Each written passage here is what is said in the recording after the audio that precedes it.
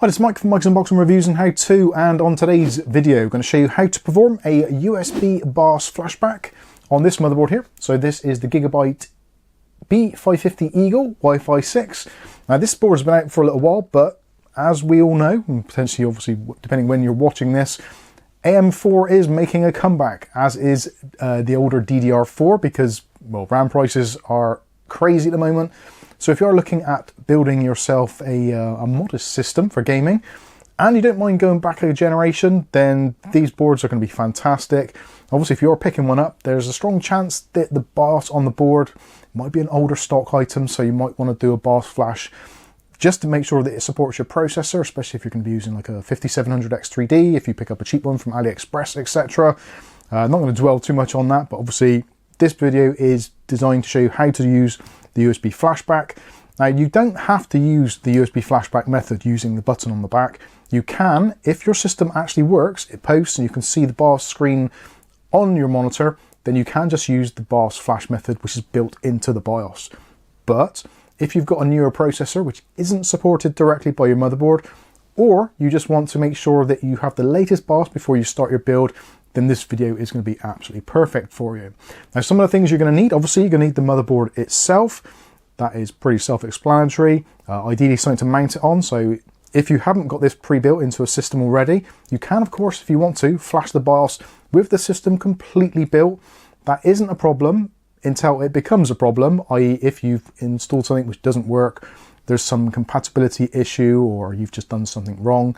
So for me, I always do it on a bare board. It just makes a lot of sense to do it that way, but you can do it either way. So if you're wondering, yes, fully built systems, fine. Bare board, fine as well. Anyway, so you need the motherboard. You're going to need a USB flash drive, ideally 32 gigabytes or less.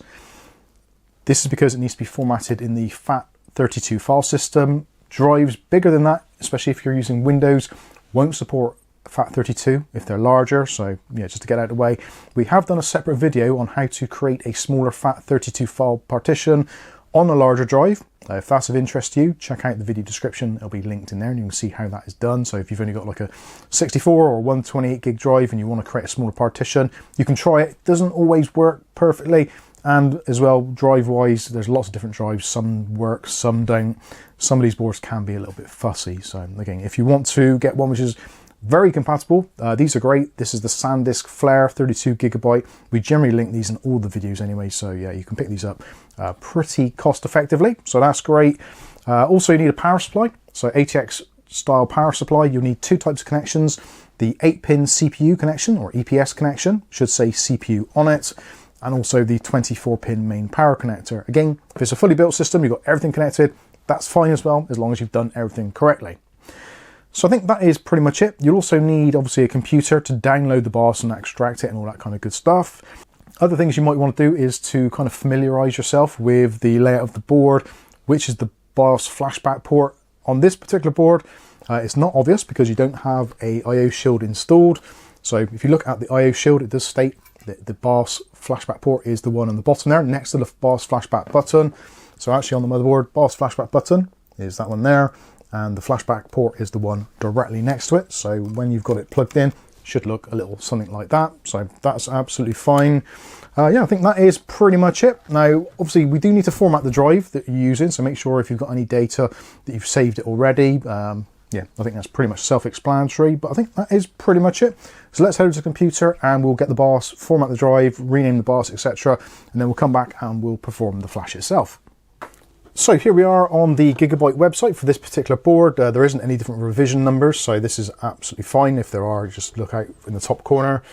Go over to the support tab and go to BIOS, which is already on. So there's only been 3 BIOSes for this board because it came out November 21, 2024.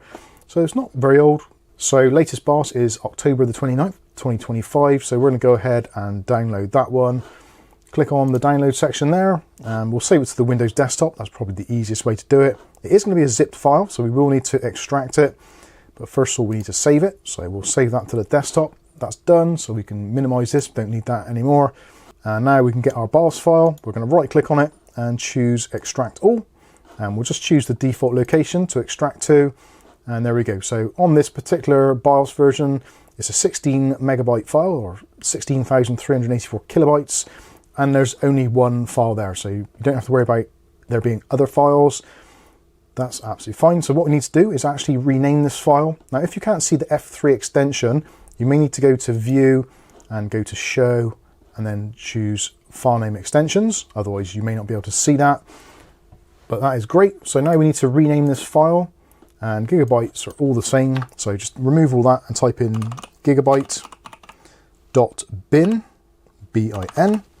Make sure I spelled correctly. Yep, that looks great. And press Enter. You'll get a message saying if you change the file name extension, it may become unusable. Are you sure you want to change it? Yes, we are. So we'll click on yes. And that is it. So now we can get our USB drive ready. So I'm going to plug that in. And there is our USB drive D. Now it's actually got a Gigabyte BIOS on there already. So obviously that could confuse things. So we want to format this drive. So we're going to right click, choose Format. Make sure it says FAT32, which is the default for this drive anyway. And default allocation size. If there's anything in the volume label, remove that. Sometimes that causes problems. And make sure you've got quick format ticked. When you're happy, click on Start, and it will say it's going to erase all the data. Are you okay to do that? If not, cancel, but we're okay, so we'll click OK. And there we go, format is complete. So we can now close that. We don't need that anymore. Go back to File Explorer, go back to our desktop, and we go into the BIOS folder. We'll grab the BIOS, highlight it. You can choose either cut, copy, paste, whatever you want to do from the top section, or right click on it. We'll choose, let's choose cut this time. And we'll go to our USB drive, we'll right click and choose paste, or you can use the top bars, whichever you want to do. So that's it. Our file is on the USB drive, ready to go. So that is it in terms of the computer side of things.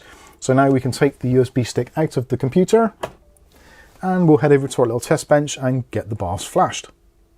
Right, so we've got our USB stick with the BIOS on it, and we've already looked at our I/O shield, so we know which one of the ports on the back is the correct one to insert into there. We've got our power supply, we've got a box. We can use that to actually stick the motherboard on, just to raise it off the desk, or if you've got anything which might be conductive, which could potentially damage your board, that's great. So we've got our power supply.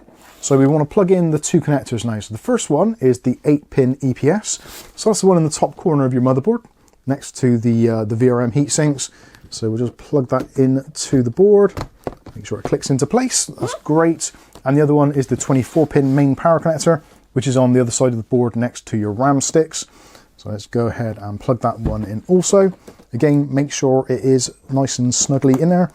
And yep, that looks absolutely great. So that's fantastic. So that's all we need in terms of power. Now again, obviously if you've got your system pre-built, then you don't have to worry about this because it's all going to be done for you.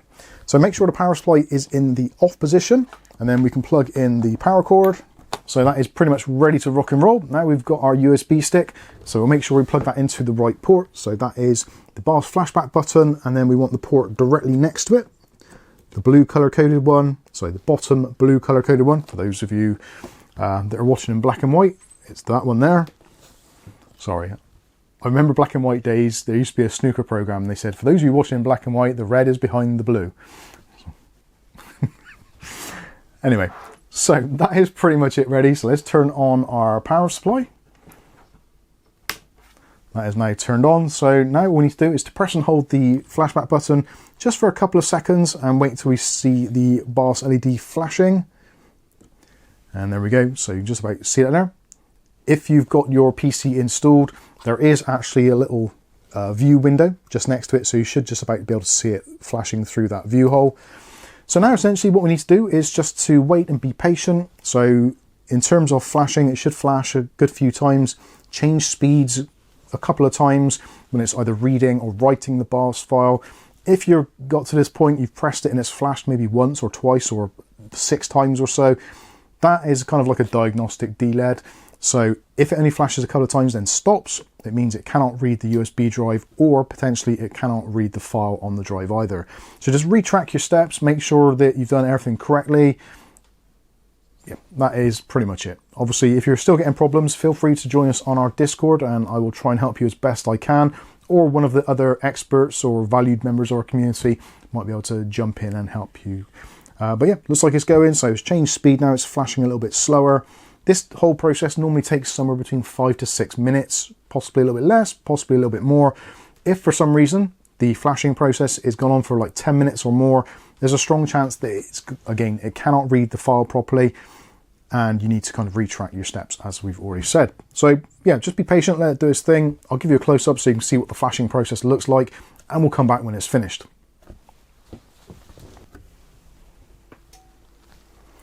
And there we go, the power supply has just clicked off, and the USB flashing LED has now stopped. So that's fantastic. So at this point now, depending on your setup, like in this instance, I'm just going to disconnect the USB drive because that is no longer required. And then we can disconnect the plugs on the motherboard. So at this point now, you could plug in your CPU, your RAM, your GPU, etc., cooling solution, and try and do a test boot to see if it all works. That choice is entirely up to you. Again, if you get any problems, let us know on the Discord and we'll do our best to try and help you out. So there we go, that is the BIOS flash completed on this Gigabyte B550 Eagle Wi-Fi 6. Always forget the names of these boards. Anyway, if you've got any problems, comments, whatever you want to do, let us know in that comments section below. And again, like I said, if you're struggling with this and you're not getting any joy, feel free to join our Discord. Links are in the video description as well. You're more than welcome. It's completely free of charge, and we'll see if we can help you with your troubleshooting and diagnostics. But I think that's going to pretty much wrap this one up. Hopefully you've enjoyed the video. If you have, smash that like button. If you want to see more content like this on a daily basis, maybe consider hitting subscribe and that chime notification. That way you'll be notified of future video releases. But for now, I've been Mike. This is Mike's Unboxing Reviews and How To, and hopefully we'll catch you in the very next video. Thanks for watching.